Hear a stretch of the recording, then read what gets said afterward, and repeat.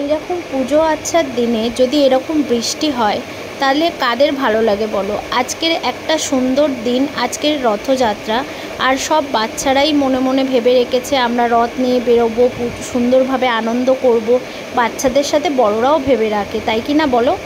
তো এই রকম বৃষ্টি হলে তাহলে কি করে হয় বলো? এরকম বৃষ্টি হলে তাহলে সব আশাই তো জলে ভাসিয়ে নিয়ে চলে গেলেন ভগবান। গুড মর্নিং, সবাই কেমন আছো? আশা করি খুব ভালো আছো। সুস্মিতা টটেস ফ্যামিলিতে তোমাদেরকে সবাইকে স্বাগত। তো এই দেখো, কথা বলতে বলতে তোমাদের সঙ্গে আজকের তো এরকম বৃষ্টি ওয়েদার, আর তার সাথে রথযাত্রা, তো সেই কারণেই ভাবলাম চালে ডালে খিচুড়ি করে নেব।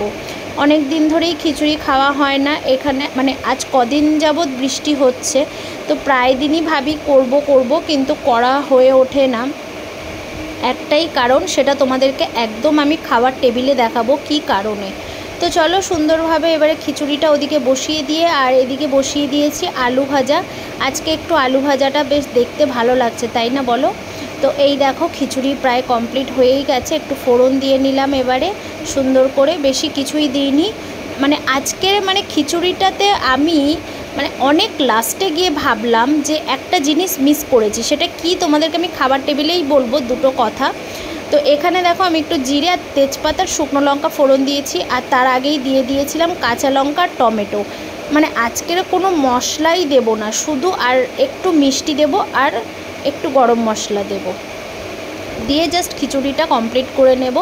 তো চলো, আমি এদিকে তো খিচুড়িটা হচ্ছে আর ওদিকে আলু ভাজাটাও কমপ্লিট হচ্ছে। সুন্দর একটা, খুব সুন্দর গোবিন্দভোগ চালের গন্ধ বেরিয়েছে।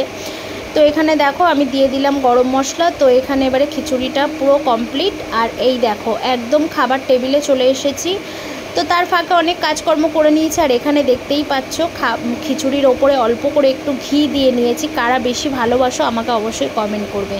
আর এখানে হচ্ছে শাশুড়ি আর জামাইয়ের তুতু ম্যামে।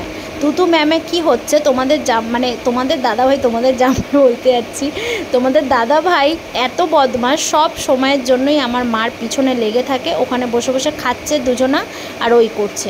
তো যাই হোক, আমি তো নিচে বসে গেছি খেতে, আর মেয়েও বসে গেছে নিচে খেতে। আর মেয়ের প্লেটটা তোমাদেরকে দেখাবো, আর তোমাদেরকে বলছি বিশ্বাস করো, আজকে হ্যাঁ কি দিইনি খিচুড়িতে জানো, আদা জিরে বাটাও পর্যন্ত দিইনি। আজকে শুধু লঙ্কা, টমেটো আর ওই যে দেখলে গরম মশলা দিয়েছি, আর কিছুই দিইনি খিচুড়িতে। খিচুড়িটা আজকে অপূর্ব হয়েছিল, বিশ্বাস করো। আর এই রকম বৃষ্টি ওয়েদারে দারুণ লাগবে খিচুড়ি, আর এরকম সুন্দর একটা আলু ভাজা। আলু ভাজাটা আজকে একটু গুঁড়ো লঙ্কা দিয়ে সুন্দর করে আলুটা ভেজেছিলাম। আলু ভাজাটাও খুব সুন্দর হয়েছিল। আর তোমাদের দাদাভাই খাচ্ছে আর বলছে মনে হচ্ছে যেন পুরো ঠাকুরের ভোগের মতন হয়েছে আজকে খিচুড়িটা। সত্যি কথাই তাই হয়েছিল, বিশ্বাস করো খুবই ভালো হয়েছিল। আর কারা কারা এরকম খিচুড়ির মধ্যে ঘি দিয়ে খেতে পছন্দ করো অবশ্যই কমেন্ট করবে। তো চলো, আমার তো এখানে খাওয়া সুন্দরভাবে কমপ্লিট হয়ে যাচ্ছে। আমি খুব দারুণভাবে আজকে খেলাম। তারপরে এই যে ম্যাডাম দেখেন কি অবস্থা। সকালে করেছিলাম চাউমিন, তো সেই চাউমিনটা নিয়েছে, প্লাস খিচুড়ি নিয়েছে, পাঁপড় নিয়েছে, আলু ভাজা নিয়েছে, নিয়ে বলছে আমি এখন এটাই খাবো। বলছিল আমি খিচুড়ি খাবো না, এই কারণেই আমি খিচুড়িটা করতে চাই না। তো যাই হোক, একটু চাউমিন নিয়েছে, খিচুড়ি নিয়ে বসে গেছে খেতে। তো এই রকম কার বাচ্চা এরকম করে বদমাইশি তোমরা বলো তো? এই কিছু খাবার ইচ্ছা হলে করতে ভালো লাগে যদি বাচ্চা না খায়। তো যাই হোক, ওর পছন্দের খাবারটা ও খাক, আর আমাদের পছন্দের খাবারটা আমরা খাই। তো আজকের মতন ব্লগটা এখানেই শেষ করছি। সবাই ভালো থাকবে, সুস্থ থাকবে, সবাইকে ভালো রাখবে, অবশ্যই সুস্থ রাখবে। তো চলো আজকের মতন টাটা, সবাই ভালো থাকবে।